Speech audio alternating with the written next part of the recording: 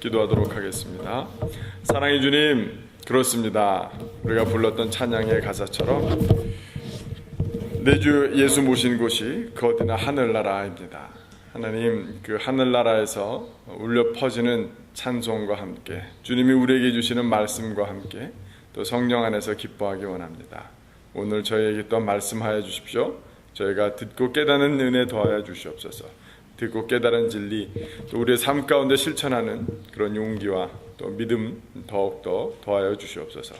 감사드리며 예수 그리스도 이름으로 기도드렸습니다. 아멘. 오늘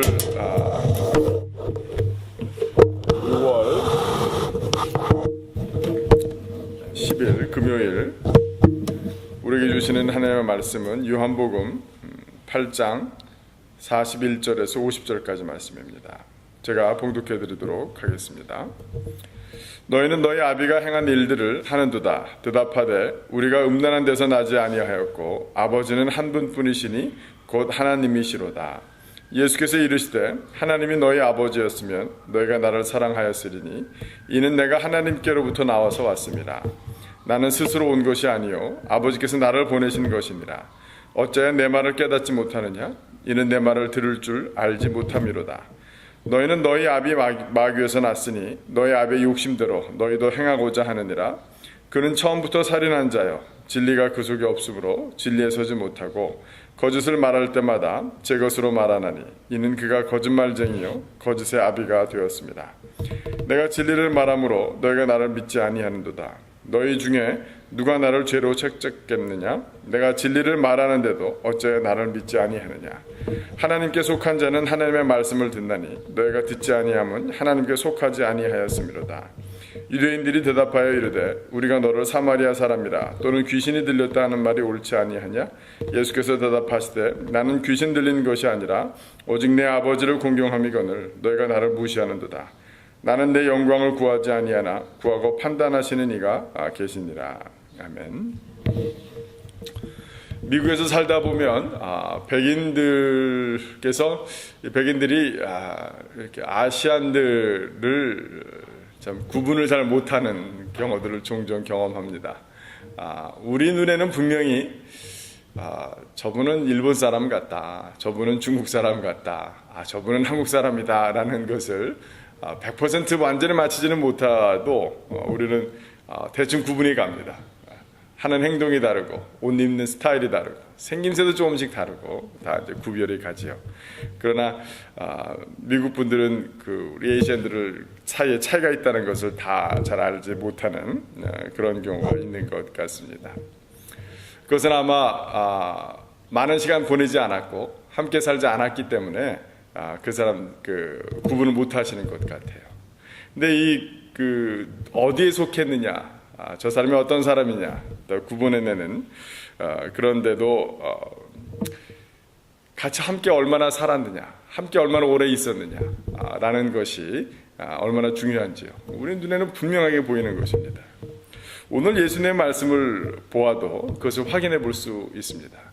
예수님은 유대인들과 예수님 사이에 가장 큰 차이점이 있다라고 하시고, 근데 그 차이점을 극복하지 못하는 것에 안타까워하시고, 유대인들이 왜 믿음이 없는지, 유대인들이 왜 예수님이 그리스도인지 알지 못하는지, 예수님이 왜 하나님께서 보내신 하나님의 일을 행하시는 하나님의 말씀을 증거하시는 분이심을 깨닫지 못하는 그 이유가 무엇인지에 대해서 오늘도 분명히 그것을 구별해내지 못하는 것에 대해서 분명히 말씀해주고 계십니다. 예수님께서는 유대인들이 그 근본이 다르기 때문이다라고 말씀하셨습니다. 예수님께서는 유대인들이 자신을 믿지 못하는 이유는 예수님은 하나님께서 보내셔서 하나님을 아버지라 부르고 하나님께 속한 자이고 자기 것을 이야기하지 아니하고 하나님 아버지의 것을 가르친다라고 말씀하셨습니다. 그런데 유대인들은 그것을 깨닫지 못하는데 그 이유는 그들이 44절을 보니까 너희는 너희 아비 마귀에게서 났으니 너희 아비의 욕심대로 너희도 행하고자 하느니라. 그는 처음부터 살인한 자요 진리가 그 속에 없으므로 진리에 서지 못하고 거짓을 말할 때마다 제 것으로 말하나니 이는 그가 거짓말장이요 거짓의 아비가 되었습니다 라고 얘기하고 있습니다. 그 당시 유대인들의 가장 큰 문제점은 무엇이었습니까? 그들이 어떻게 사단 마귀를 아비로 모시고 살아가는 사람들입니까? 라고 의문을 우리가 가질 수도 있을지 모르겠습니다. 그러나 사단 마귀의 그 실체를 알게 된다면 우리는 너무나도 명확하게 이것을 받아들일 수 있을 것 같습니다. 사단 마귀의 가장 큰 특징이 무엇입니까? 자기 스스로를 높이고자 하는 것입니다. 자기를 너무나도 사랑한 것입니다. 자기 스스로가 하나님이 되고자 하였기 때문에 오히려 하나님께서 그 사단 마귀를 천사장의 직분에서 쫓아내신 것이 아닙니까? 이 사단 마귀는 눈에 보이지 않고 어떻게 보면 굉장히 우리 실제 삶 가운데 멀게 느껴지기도 합니다. 그러나 이것은 결코 우리와 멀지 않습니다. 사도 바울께서 디모데에게 얘기를 해주시면서 디모데후서 3장을 보면 이렇게 얘기하고 있습니다.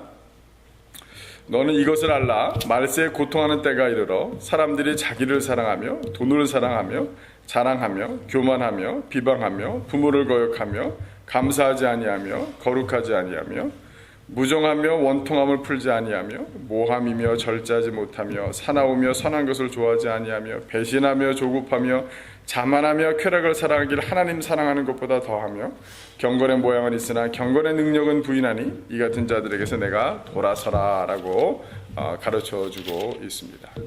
사단 마귀의 자녀들, 사단 마귀처럼 무엇하는 사람들입니까?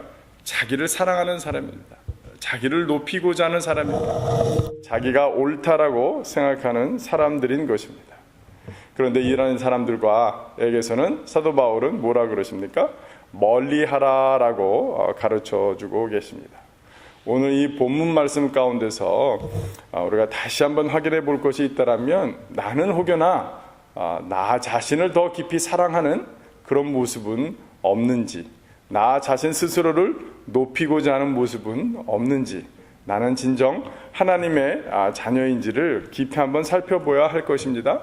그러나 우리 실제 생활 가운데서도 우리는 누가 하나님의 자녀인가? 누가 사단 마귀의 자녀인가? 그 구분할 수 있는 지렛대가 무엇이겠습니까? 저 사람은 자기를 사랑하는 사람인가? 자기만을 위하는 사람인가? 자기의 유익을 위해서라면 거짓말도 일삼는 사람인가? 자기 스스로 높이고자 하는 사람인가? 자기 자신의 뜻과 생각대로 사람들을 조종하고자 하는 사람인가? 아마 그것이 가장 중요한 시금석이 될 줄로 믿습니다. 아마 디모데는 목회자였기 때문에 사도 바울이 이런 사람들을 멀리하라 그랬을 때에 아마 우리가 이 말씀을 보면서 성도님들이 그렇게 생각하실지 모르겠어요. 목사님, 그거는 목사님 이야기지요. 우리 실제 삶 가운데 살다 보면 사업을 하고 가게를 하고 여러 가지 사람들과 일을 하다 보면 어떻게 모든 사람을 다 멀리할 수 있습니까? 그런데 저는 이 사도 바울의 권면을 통해서 다시 한번 말씀드리고 싶은 것은 그런 분들을 멀리할 수는 없습니다. 모든 사람들과 다 화평하도록 노력해야 될 것입니다. 그러나 그런 사람들과 멍에를 함께 메어서는 안 될 것입니다. 사랑하는 성도 여러분, 오늘 하루도 또 우리가 함께하는 사람들, 내가 어떤 결정을 내려야 될 때에 내가 누구와 멍에를 함께 맬 것인지, 그것을 한번 깊이 고민해 보시는 오늘 하루가 되었으면 좋겠습니다. 저희는 오늘 본문 말씀을 통해서 우리 교회 가운데에 우리 예수님이 우리 가운데 주인 되시고 나는 정말 주님만을 섬긴다, 나는 나를 사랑하기보다 하나님을 더 깊이 사랑하고 진리의 말씀을 듣고 깨닫기를 소원한다 라는 그런 각오와 결단들이 넘쳐났으면 좋겠습니다. 앞으로도 우리 계속해서 그런 교회가 될 때에 하나님의 말씀을 내가 잘 깨닫지 못할 때에 오늘 말씀을 통해서 우리가 다시 한번 경고의 말씀을 받아야 될 것이 무엇이에요? 하나님의 말씀이 마음에 와닿지 아니하고 진리인 것처럼 느껴지지 않을 때 우리가 삼아야 될 지혜는 무엇입니까?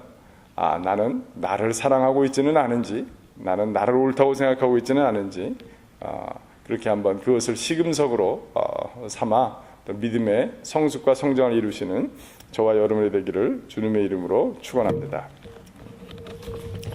이 시간 함께 기도하도록 하겠습니다. 기도할 때에 오늘은 그 인도의 어떤 목사님이 공개 모욕을 당했다고 하는데요.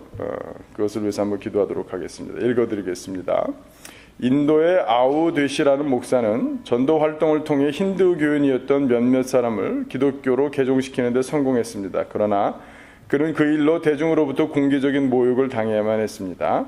힌두교 강경 청년 단체인 비즈랑달 소속 조직원 100여 명은 아우데시 목사의 집으로 쳐들어가 그를 시내 광장으로 끌어냈습니다. 그리고 수많은 군중이 보는 앞에서 아우데시 목사의 머리털과 눈썹, 턱수염을 밀어버렸습니다. 그리고 그를 강제로 당나귀에 태워서 도시 곳곳을 돌게 했습니다. 경찰이 뒤늦게 도착했지만 경찰들도 군중의 힘에 밀려서 더 이상 아무런 조치도 하지 못했습니다. 이후 목사가 풀려나고 경찰의 조사가 진행 중입니다. 인도에 박해받는 신자들을 위해서 기도합시다. 네, 이제 함께 기도하도록 하겠습니다. 사랑해 주님, 참으로 감사합니다. 주님, 그렇습니다. 세상 곳곳에서는 아직도 예수 그리스도로 말미암아 공개적인 핍박을 받는 하나님 그런 안타까운 일들이 일어나고 있습니다. 특별히 인도 가운데 힌두교 강경파들이 아우네시 목사님을 끌어내서 공개적으로 모욕을 주었다고 합니다. 경찰 조사 진행된다고 하지만 우리 아우네시 목사님 마음 가운데 모욕을 당했으나 예수 그리스도 이름으로 핍박을 받은 자의 기쁨과 평안을 허락해 주시기를 주님 간절히 간구하고 원합니다. 아버지 하나님, 또한 기도합니다. 오늘 주님께서 말씀하셨던 것처럼 자기 사랑하는 것이 하나님의 말씀을 진리인 것을 깨닫지 못하는 가장 큰 시금석이 됨을 우리가 보았습니다. 하나님, 이 땅 가운데는 공개적인 탄압은 없다 할지라도 우리 삶의 주변에 많은 사람들과 관계를 맺다 살다 보면 자기를 사랑하는 사람들, 하나님 사단 마귀의 자녀, 하나님의 말씀을 진리인지 깨닫지 못하는 사람들과 어울려 살아갈 수밖에 없는 세상입니다.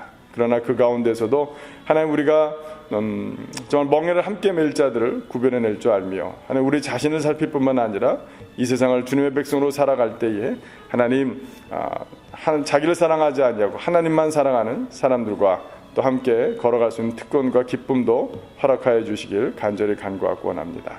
감사드리며 예수 그리스도 이름으로 기도드렸습니다. 아멘.